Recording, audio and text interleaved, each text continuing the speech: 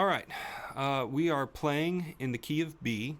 This capo is on the 4th fret, and so you're going to slide up to the 4th fret, put the capo on, and then that's going to make this your G chord. All right, so these set of dots right here, which is really your 7th fret, we're going to act like that's the 3rd fret. Okay, and so the version of G that we're going to be using in this song is this one, where you take your pinky and your ring finger, you place them on the 3rd fret of the B and E strings respectively, stretch all the way across with finger number 2, your middle finger, to the 3rd fret, and then your pointer finger, finger number 1, is going to be on the A string 2nd fret. Okay, that's your G.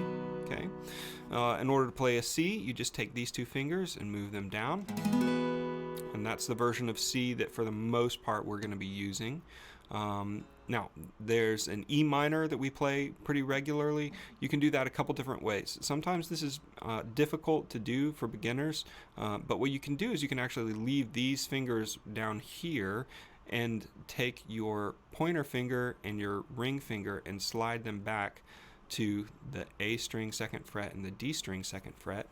And that is actually an E minor 7. It's a pretty standard way to play an E minor 7. The nice thing about it is that you can play all 3 of these chords without moving anything. Now, if that's uncomfortable for you, you know your G, you know your C, but that feels like a stretch. Sometimes this tension right here is difficult for beginners.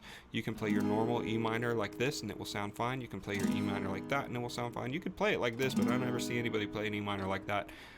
Just as long as you're pressing down those 2 notes right there, you're going to sound an E minor and it's going to sound just fine. Okay, the only other 2 chords in this song is a D. We're going to go back to our normal G chord because I want to show you that finger number 3, your ring finger, is actually going to act as an anchor to find your D. You can lift up on all of your fingers except for that one, and then put finger number 2 on the 2nd fret of the high E string, and finger number 1 on the 2nd fret of the G string, and there's your D chord.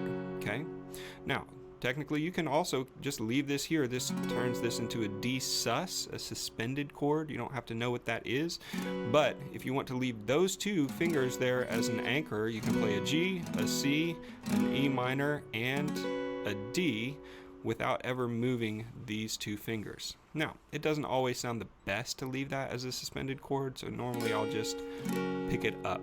All right. Now, the other chord that you're going to find in this song, it comes up one time, and the bottom of verse 2 is an A minor. That's going to be pointer finger, finger number 1, 1st fret of the B string. You're going to stretch across 2 strings to put finger number 2 on fret number 2 of the D string and finger number 3, 2nd fret of the G string, to play your A minor. Okay? All right, now that comes up one time. This is the minor 2 chord in the key of G, and that's why it sounds so cool. And it's going to be in the 2nd half of verse 2, so it's going to sound like this. For the God of the mountain dew, He is the God of the valley.